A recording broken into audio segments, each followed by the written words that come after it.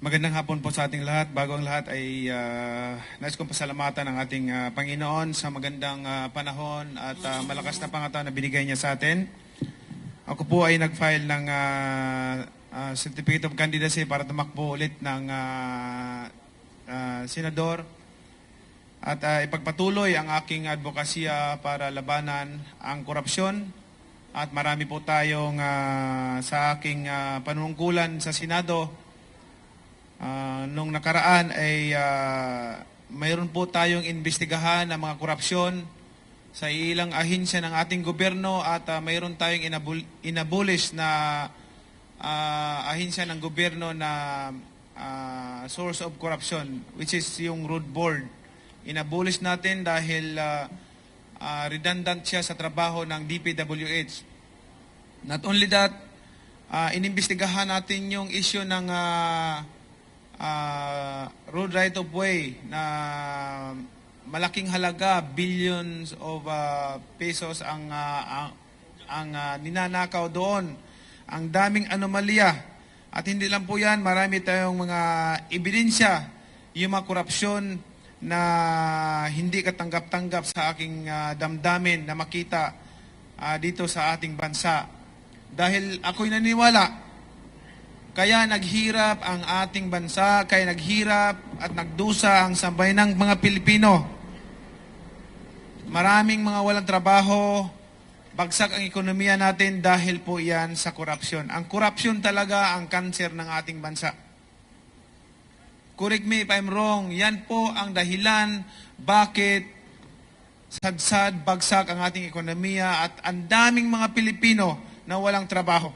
Wala pong mangyayari sa bansa natin, walang mangyayari sa kinabukasan natin kung hindi po tayo lalaban at labanan ang korupsyon ng ating bansa.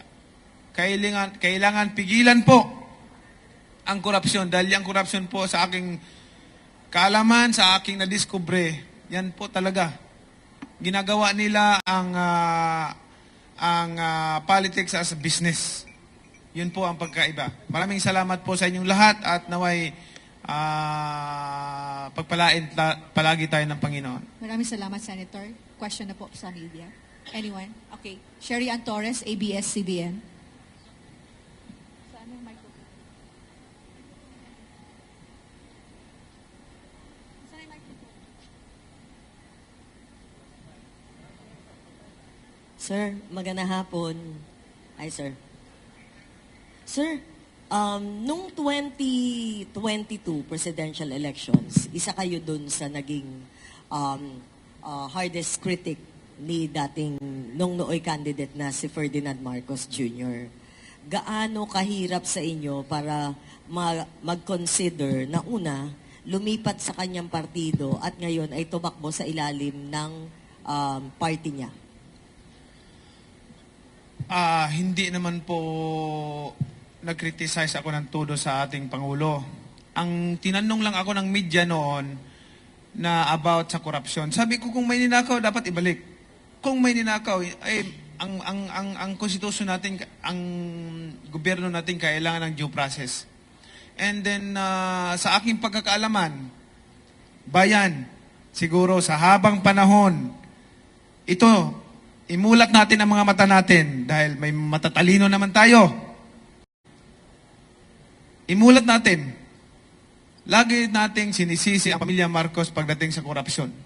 Hindi ba natin nakikita na sa panahon ng Marcos, ang bansa natin number 1 sa ekonomiya? May kurap pang bansa na number 1 sa ekonomiya. Sige. In reality lang ha, in reality lang. Ngayon, hindi kurap ang bansa natin, sad-sad tayo. For how many decades, pabagsak ng pabagsak ang ekonomiya natin. Maraming mga Pilipino na walang trabaho. Yan ang hinahanap ko. Yan ang gusto kong i-establish yung legacy. Na makagawa tayo ng legacy dito, hindi para magpayaman. At nakita ko ang programa ng Pangulo dito sa bagong Pilipinas na magkaroon ng trabaho ang bawat Pilipino, umasinso ang pamumuhay ng bawat pamilya. Hindi ba dapat suportahan natin. Hindi pa maganda yan? Sa lahat ng mga nag-criticize sa ating administrasyon, mag-isip po tayo. Hindi ito labanan ng bawat pamilya, kundi ipinaglalaban natin dito ang kinabukasan ng ating bayan, kinabukasan ng sabayan ng Pilipino. Lilipas lang din tayo lahat. Alalahanin natin, lilipas lang din tayo. Kahit ano ka man ka-powerful, kahit ano ka man kayaman, kahit ano ka pa kasikat, tandaan ninyo, pag wala na tayo doon sa mundo, ang maalala ng tao yung ligasiya na nagawa mo sa taong bayan. Ligasiya na nagawa mo sa buhay kung sino yung natutulungan mo. Pero kung ang ligasiya mo, pangit, masama, magnanakaw ka, hindi ka makakalimutan ka ng susunod na henerasyon. Yun po ang advokasya natin. Yan po ang inahangad natin. Kaya nandito tayo, tumatakbo para ipaglaban ang sabayan ng Pilipino. Kawawa ang mga mahihirap na tao. At lagi lang naluluko pagdating ng eleksyon. Ang daming pagdating tuwing eleksyon, masakit sa loob ko na makita ang babait lahat ng mga kandidato. Puro pangako, puro pangako. Yun po ang nakikita ko, puro pangako, puro pangako. Kung lahat yung mga pangako na yun natupad, ang yayaman na ng bawat Pilipino, ang yaman na ng ating bansa. Bayan, imulat natin ang ating mga mata.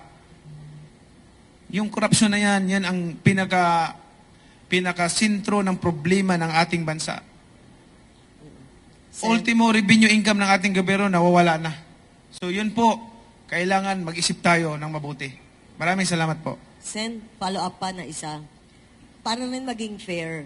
Kasi isa yung family ninyo. Ngayon, ang madalas na sinisilip ng mga critics na mga tumatakbo, lalo na yung mga independent, yung pamilya na sabay-sabay na tumatakbo. At marami ngayon nagsusulong na meron isang grupo, alyansa na nagkakaisang mamamayan, 6 ang tawag sa kanila. Nagko-compile sila ngayon ng mga political families na sabay-sabay na tumatakbo at plano nilang kasuhan. Ano po masasabi po ninyo dito? Yun po kasing tinatanong ninyo na about sa dynasty.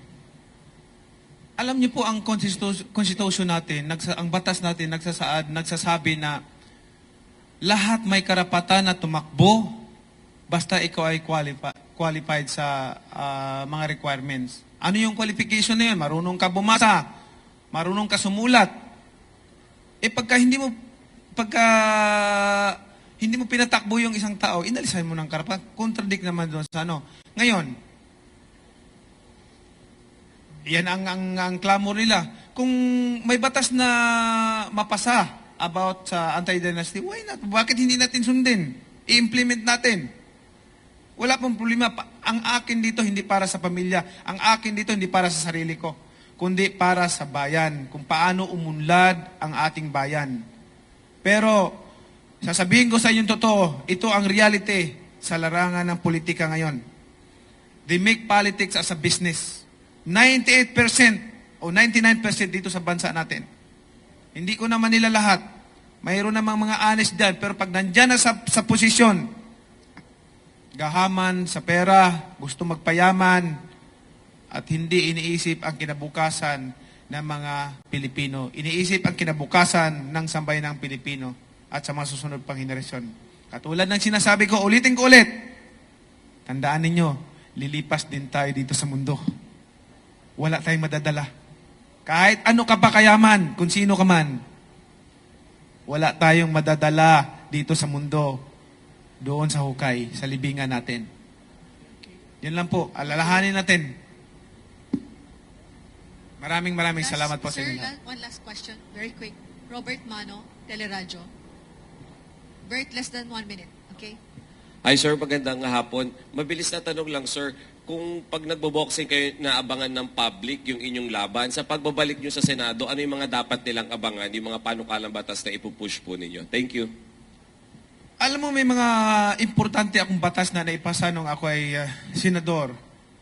Mayroon tayong naipasang 51 laws na sa Senado And isa sa pinaka-importante doon na gusto ko yung Bible holiday, and then yung pangalawa yung OFW handbook na hindi pa na-implement. Maganda sana yon para protection sa ating mga OFW, para in case na may mga emergency, mayroon silang matawagan, mayroon silang masasandalan. Dapat I'm hoping na magkakaroon na ng budget at ma-implement na yung OFW handbook. Maraming salamat po sa inyong lahat sa pagkakataon na to. God bless.